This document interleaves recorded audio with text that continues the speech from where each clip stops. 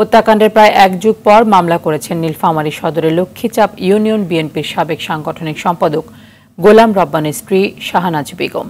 মামলায় সাবেক সংস্কৃতি মন্ত্রী আসাদুজ্জামান নূর সহ ৪১ জনকে আসামি করা হয়েছে।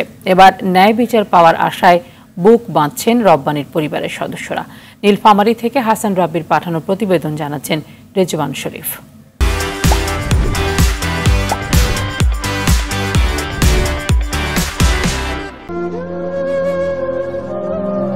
২০১৩ সালের ১৪ ডিসেম্বর নীলফামারী সদরের লক্ষ্মীচাপ ইউনিয়ন বিএনপির সাংগঠনিক সম্পাদক গোলাম রব্বানীর বাড়িতে হামলা চালায় সন্ত্রাসীরা।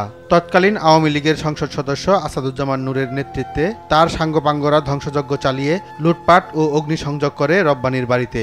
এর এক মাস পর ১৫ জানুয়ারি র্যাব রব্বানীকে ধরে নিয়ে যাওয়ার ৩ দিন পর রাস্তার পাশ থেকে তার মরদেহ উদ্ধার করা হয়।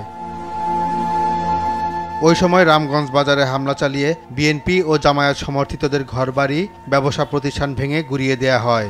সে সময় আতিক, মহিদুল সহ অন্তত ৫ জন নিহত হয়। অনেককে ধরে এনে নির্মম নির্যাতন সহ হয়রানিমূলক মামলায় অন্তত ৫০০ জনকে ফাঁসানো হয়। এরপর থেকে নূর বাহিনীর অত্যাচারে অতিষ্ঠ হয়ে ওঠে রব্বানীর পরিবার সহ বিএনপি জামায়াতের নেতাকর্মীরা। আসাদুজ্জামান নূর এবং পুলিশ বাহিনী, তার ক্যাডার বাহিনী উপস্থিত থাকাকালীন এই বাড়িটার পরিবার হামলা করছে। বাড়িঘর ভাঙচুর, লুটপাট, একবারে আমলিগের ছেলেবেলে যে যেটা পাইছে সেটাই নিয়ে যাচ্ছে। নূর বাহিনীর অত্যাচারের কথা তুলে ধরে নির্মম হত্যাকাণ্ডের বিচার চাইলেন রব্বানীর পরিবারের সদস্য ও স্বজনরা। আমার বাড়িতে আসার উদ্দেশ্য ছিল আমার স্বামীকে হত্যা করার, তখন কোনো মামলা আমাদের নেয় নেই, উল্টো হুমকি ধামকি দিচ্ছে যে মামলা করতে আসলে তোমাদেরকে সারা জীবনের জন্য শেষ করে দেব। আমার আব্বু তো শুধু বিএনপি করতো, এর থেকে তো বেশি কিছু দোষ ছিল না। আব্বুকে যখন মারা হয়েছে তখন আমি অনেক ছোট ছিলাম, আব্বুর চিহ্ন ওটা কি সেটা বুঝতে পাইনি। যারা আমার ছেলের যে নির্যাতন করে মারছে সেই বিচারটা আমরা ঠিকভাবে পাই, তাদেরকে ফাঁসি দিতে চাই। সকল অন্যায় ও হত্যাকাণ্ডের বিচার নিশ্চিতের কথা বললেন এ জেলা বিএনপি নেতা। ২ থেকে ৩০০ জন ছিল ওই সেই হত্যাকাণ্ডের সঙ্গে জড়িত।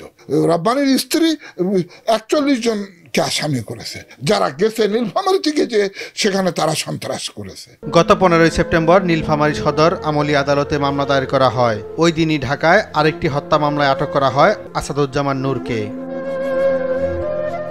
রেজওয়ান শরীফ, RTV।